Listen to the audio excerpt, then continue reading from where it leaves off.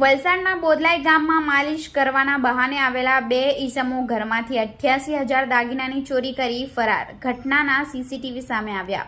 તારીખ 19 નવેમ્બર મંગળવારના રોજ 3 કલાકે નોંધાયેલી ફરિયાદ અનુસાર વલસાડના બોદલાઈ ગામ ખાતે રહેતા હિનાબેન ઠાકોર નામની મહિલાના ઘરે 17ના રોજ 2 જેટલા અજાણ્યા ઈસમો આવ્યા હતા. તેઓએ તેમની માતાના પગમાં દુખાવો છે તેમ પૂછતા હિનાબેને જણાવ્યું હતું, જેથી અજાણ્યા બંને ઈસમોએ જણાવ્યું કે અમે માલિશ કરી આપીશું તેમ જણાવી તેમની માતાને બેઠક રૂમમાં લાવી માલિશ કરતા વેળાએ અજાણ્યા ઈસમમાંથી એક ઈસમ દ્વારા હિનાબેનને જણાવ્યું કે અમે માલિશ કરવાના 3,000 રૂપિયા લઈએ છીએ તેમ કહી હિનાબેન દ્વારા તેમના પરિવારજનોને ફોન કરવા માટે સાઈડ ઉપર ગયા, જે દરમિયાન તેમના વીટી અને મંગળસૂત્ર બારી ઉપર મૂકેલું હોય બંને ઈસમો લઈ ફરાર થઈ ગયા હતા. જેમાં મંગળસૂત્રની કિંમત 80,000 અને વીટીની કિંમત 8,000 મળી કુલ 88,000 રૂપિયાનો મુદ્દામાલ ચોરી અંગે હિનાબેને વલસાડ રૂરલ પોલીસ મથકે ફરિયાદ અજાણ્યા ચોર ઈસમો સામે નોંધાવી છે, જે સમગ્ર ઘટનામાં અજાણ્યા ઈસમો સીસીટીવી કેમેરામાં કેદ થયા છે.